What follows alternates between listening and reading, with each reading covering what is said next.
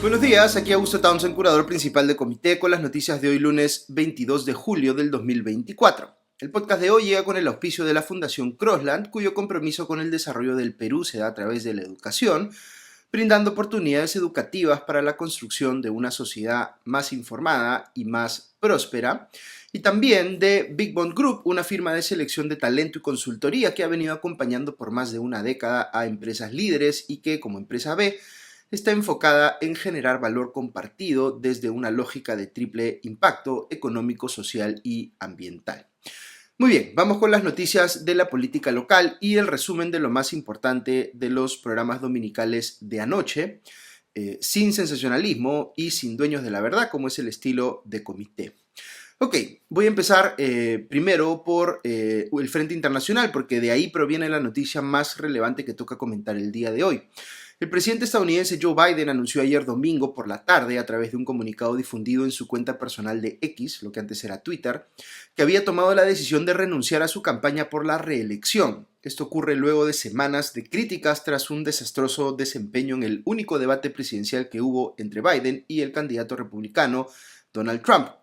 El todavía presidente en funciones ha decidido escuchar pues entonces las múltiples voces que venían elevando al interior de su propio partido estos cuestionamientos o pidiéndole que abandone la carrera. Ha sido el mayor honor de mi vida servir como su presidente, fue lo que señaló Biden en el comunicado, para luego decir: y si bien ha sido mi intención buscar la reelección, creo que lo mejor para mi partido y para el país es que me retire y me enfoque únicamente en cumplir con mis obligaciones como presidente por lo que queda de mi mandato. Lo que podría comentar algunas personas en el caso estadounidense es que el anuncio de Biden respecto a no estar en condiciones de afrontar una candidatura también podría implicar que no está en condiciones de seguir siendo presidente en los poco menos de 6 meses que le quedan de mandato, pero en fin, esa es otra discusión. En cualquier caso, en el comunicado que les estaba comentando, Biden elogió a su vicepresidenta Kamala Harris, a quien calificó de compañera extraordinaria. En un mensaje posterior, también desde su cuenta de X, el presidente indicó que apoyaba de forma decidida a Harris y le ofrecía su respaldo para que obtuviera la nominación del partido como candidata presidencial. Rápidamente los líderes del Partido Demócrata han cerrado filas en torno a la candidatura de Kamala Harris, aunque se sabe que a la interna se discute porque parte detrás de Trump con todo el tiempo que se ha perdido, además en la campaña infructuosa de Biden. Este último culminará su mandato presidencial el 20 de enero del 2025 y se convertirá así en el segundo presidente consecutivo en no conseguir la reelección, luego de que él mismo le quitara esa posibilidad a Donald Trump en las elecciones presidenciales del 2020. Si todo fluye bien para Kamala Harris, será elegida por los delegados de su partido durante la Convención Nacional Demócrata que se celebrará entre el 19 y el 22 de agosto en la ciudad de Chicago. Segunda noticia, ahora sí vamos con la política local y los programas dominicales. En Panorama se mostró un chat de WhatsApp en el que la congresista de Perú Libre, Kelly Portalatino, le envía un mensaje al prófugo líder de su partido, Vladimir Cerrón, diciéndole, abro comillas, urgente, tema fiscal, cambia de ubicación, cierro comillas.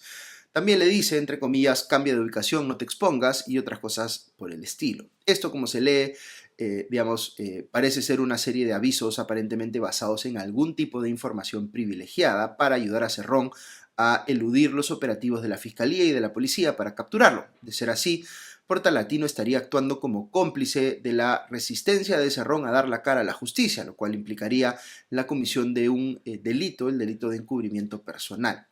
Estos mensajes de Portalatino a Cerrón habrían sido obtenidos por un informante de Panorama directamente de la computadora de la congresista. Cabe recordar que este mismo programa mostró antes otros chats donde se aprecian conversaciones de tipo amoroso entre Portalatino y Cerrón, como dando a entender que entre ambos hay algo más que solo una mal entendida lealtad partidaria.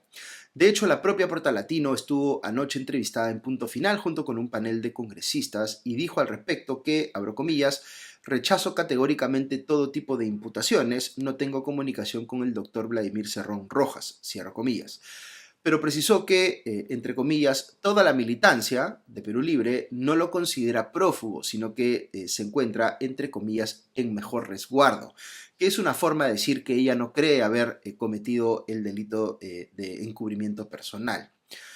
Sobre esto mismo, un reportaje de Cuarto Poder mostró que la policía demoró 12 horas en allanar la vivienda en la que se ocultaba Cerrón después de haber recibido la orden judicial de allanamiento. Un suspicaz podría pensar que le dieron medio día a Cerrón para que se pusiera, entre comillas, a mejor recaudo, como dice Portal Latino. No lo sabemos, pero sí es una demora que parece injustificable. Hay que decir que esta no fue una demora del juez, que en 2 horas y media ya tenía la orden aprobada, sino principalmente de la policía y la fiscalía. La explicación desde la fiscalía es que hubo que trasladar a efectivos desde Lima hasta Huancayo. Volviendo a Portalatino, estando ahí entrevistada en Punto Final, se refirió al gobierno de Dina Boluarte, su ex compañera de partido, hay que decir, como uno, entre comillas, dictador y opresor, y señaló que en el Perú se ha quebrantado la democracia. No obstante, ello parece estar entusiasmada con la posibilidad de que Perú Libre siga estando en la mesa directiva del Congreso, y dijo que las cartas de su partido son Américo Gonza, Flavio Cruz o que Valdemar Cerrón en todo caso pueda repetir el plato. Hoy tendrán una reunión de bancada para definir esto. Tercera noticia, un par de cosas sobre el Congreso respecto de la ley que desconoce la imprescriptibilidad de los delitos de lesa humanidad cometidos antes del 2002. Una cosa llamativa que mostró anoche Punto Final es que en el proceso para determinar en el Poder Ejecutivo si observaban o no esta ley aprobada por el Congreso, cosa que la Corte Interamericana de Derechos Humanos, como sabemos, había dejado claro que era lo que esperaba que hiciera el gobierno, cuando menos. Ocurre que sale primero un informe del Ministerio de Justicia que dice que la ley resulta, entre comillas, no viable, es decir, da argumentos a favor de observarla, pero un día después sale otro informe que corrige esa parte. Lo que resulta sospechoso aquí es que en ambos documentos se ve la misma numeración, es decir, como si se hubiese querido desaparecer el primero para reemplazarlo por el segundo. Cuando le preguntan a la directora general de Asuntos Criminológicos del Ministerio de Justicia, Lucía Nuño Vero, por qué cambia de opinión, porque este es un informe de su dirección, ella se escuda diciendo que su informe no es vinculante para el Ejecutivo, como restándole importancia. Pero este es un tema mayor, puede dejar al Perú en una situación de flagrante incumplimiento de los tratados internacionales que ha firmado, de modo que sí necesitamos saber qué llevó a Nuño Vero a cambiar de opinión. Cabe mencionar que hay otro informe del Ministerio de Justicia, de una dirección distinta, que no encuentra problema en la ley aprobada por el Congreso. Parece pues que no va a ser observada. Cuarta noticia, un par de cosas más del Congreso, lamentablemente escandalosas, como nos tiene habituados. La primera es que supuestamente por un error administrativo le pagaron un bono a 87 personas que ya no trabajaban en el Congreso. Según la revelación de Punto Final, 30 de ellos no han devuelto el dinero porque ya se lo gastaron. Así es como cuidan los congresistas el dinero de los contribuyentes. Alguien tendría pues que asumir responsabilidad por lo que ha sucedido.